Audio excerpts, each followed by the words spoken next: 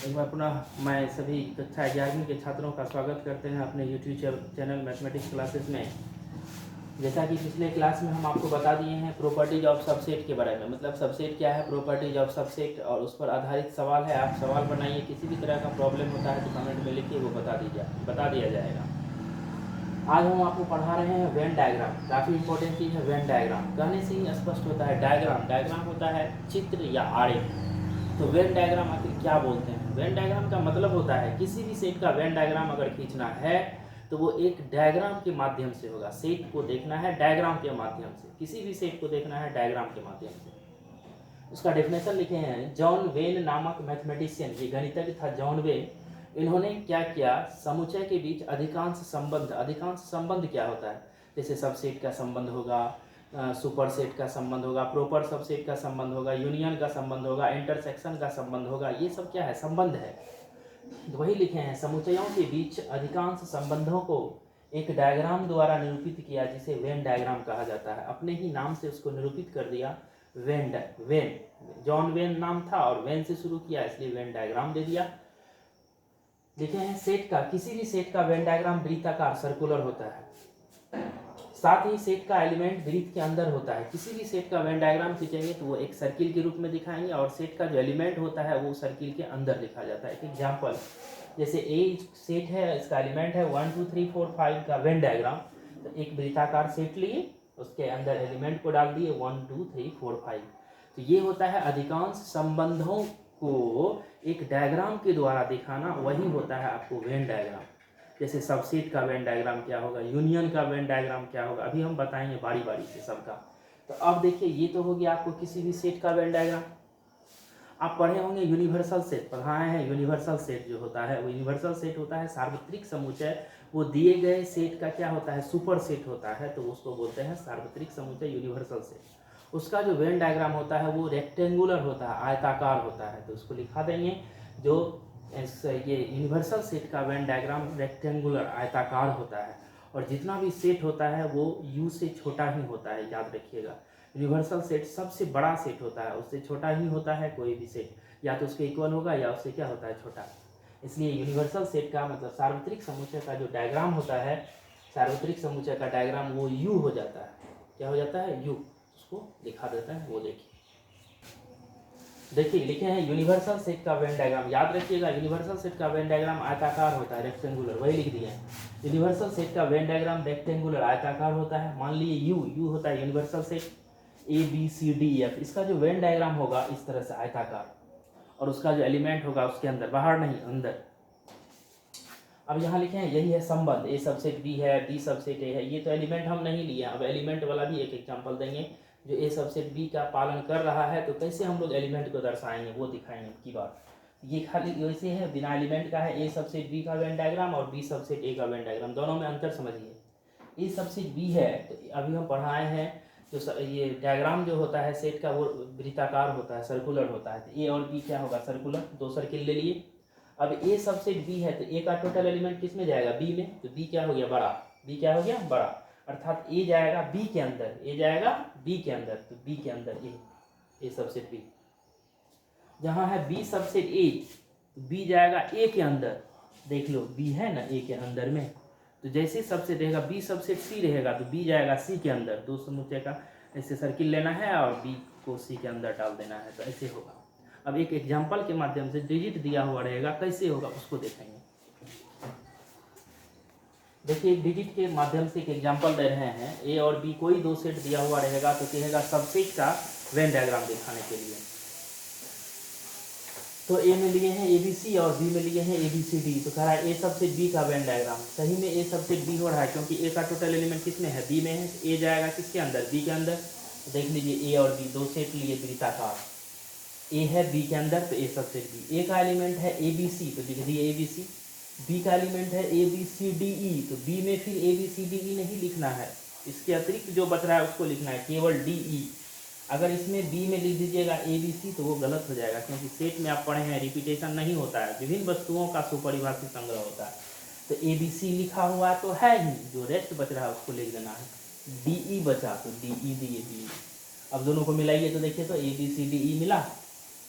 तो जब ABCDE मिला वही तो यूनिवर्सल सेट हो गया, यू हो गया, वही हो गया यूनिवर्सल सेट। इसलिए लिख दिए हैं इसका आयताकार ये यू। ये यू दे भी सकते हैं या नहीं भी दे सकते हैं। तो ये हो गया इस तरह से ए सबसेट बी कहे कि बी सबसेट ए कहे, कुछ भी कहेगा। तो हम उम्मीद करते हैं अब वेन डायग्राम का सवाल आप लोगों से बनेगा। अगर दिक्कत होगा तो फिर हम कॉल कीजिए या फिर कमेंट में लिखिए। अब हम आप पढ़ाएंगे आपको यूनियन, दो समुच्चय का यूनियन ऑफ टू सेट्स, मतलब दो समुच्चय का सम्मिलन क्या होता है वो अब देखेंगे। देखिए यूनियन ऑफ टू सेट्स, दो समुच्चयों का सम्मिलन है।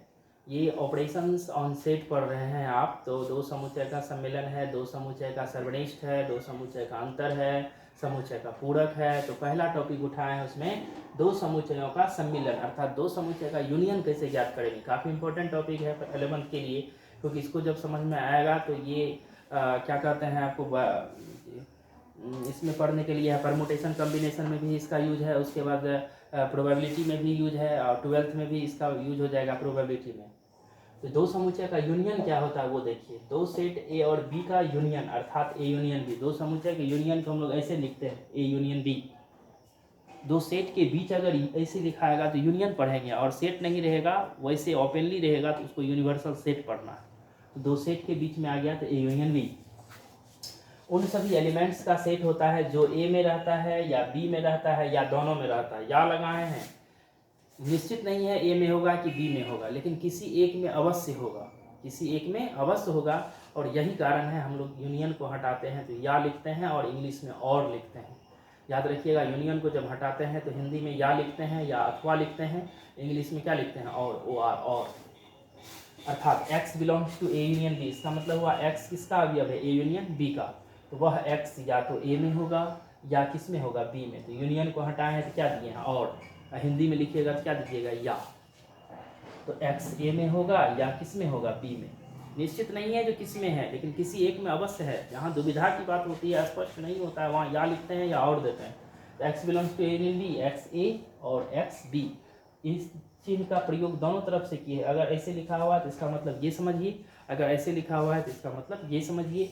तो और को हटाना है तो यूनियन देना है, और यूनियन को हटाना है तो और देना है या देना है। अब एक एग्जांपल से देखे हैं ए यूनियन बी का Venn diagram, A union B का वेन डायग्राम। तो ए और बी दो सेट है तो इसका सर्कुलर होगा। तो अब कह रहा है डिफिनेशन जो ए में रहता है, तो देखिए आप गौर से इसको देखिएगा, जो ए में रहता है इसको बंद कीजिए। तो ए में रहता है, ये पूरा हो गया जो ए में रहता है। अब कह रहा है जो बी में रहता है, इसको देखिए, जो बी में रहता है बी हो गया, और कह रहा है जो दोनों में रहता है तो ये दोनों में रह सकता है। तो जब तीनों को मिलाएंगे तो ये हो जाएगा यूनियन का वेन डायग्राम, इसलिए इसको डॉटेड लाइन दे दिए हैं। इसका मतलब तीनों का जो ये पार्ट होगा, एडिशन पार्ट, तीनों का कंबाइंड पार्ट जो होगा वही क्या हो जाएगा, यूनियन। तीनों का कंबाइंड पार्ट क्या हो जाएगा, यूनियन। मतलब जो दोनों में रहता है, या ये ए में रहता है या बी में रहता है। इसी को एक एग्जाम्पल के माध्यम से ए दिया हुआ है 1 2 3, बी दिया हुआ है 3 4। तो कह रहा है A union B, A union B का मतलब होता है दोनों को मिला के लिख देना, रिपीट नहीं होना चाहिए। तो ए में है 1 2 3, बी में है 3 4, यहाँ 3 3 दो बार आ गया, एक बार लिखना है दोनों को मिला के, अर्थात 1 2 3 4, 1 2 3 4, ये हो गया। अब कह रहा है इसका यूनियन याद करना है, डायग्राम याद करना है। तो ए और बी दो सेट लीजिए। अब जो दोनों में होगा ये इस पार्ट में लिख देना है, क्योंकि ये पार्ट जो है, ये बीच वाला पार्ट दोनों में है, ए का भी हिस्सा है और बी का भी हिस्सा है, और वह एलिमेंट मात्र 3 है जो ए में भी है और बी में भी है, इसलिए इस बीच में लिखे हैं 3। बीच वाला एलिमेंट मतलब जो एलिमेंट दोनों में कॉमन होगा उसको बीच में लिखना है। अब ए का एलिमेंट है 1 2 3, तो ए में लिख दिए 1 2 3, 3 था ही 1 2, तो देखो ए में आ गया 1 2 3। बी में क्या है 3 4, तो इसमें सिर्फ 4 देना है, क्योंकि बी में तो 3 4 हो ही गया।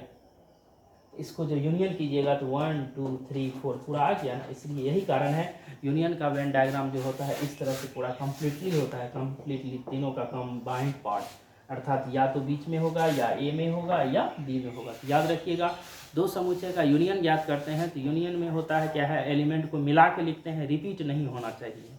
जैसे ए में रहेगा 4 5 6, बी में रहेगा 5 6 7 8, तो लिखेंगे 4 5 6 7 8। तो ये यूनियन है, यूनियन। अब इसका प्रॉपर्टीज है, उसके बाद प्रॉपर्टीज देखेंगे, कल के वीडियो में प्रॉपर्टीज बताएंगे, उसके बाद इंटरसेक्शन है। आज इतना ही है, और आप लोग रेगुलर वीडियो देखिए, कोई तरह की परेशानी नहीं होगी जब तक लॉकडाउन है। लॉकडाउन समाप्त हो जाती है तो क्लास शुरू हो जाएगा तो बैच दे देंगे। लेकिन अभी फ़िलहाल लॉकडाउन है, इसलिए आप वीडियो के माध्यम से समझिए। जो दिक्कत होगा कमेंट भी लिखिए या कॉल भी कीजिए। धन्यवाद।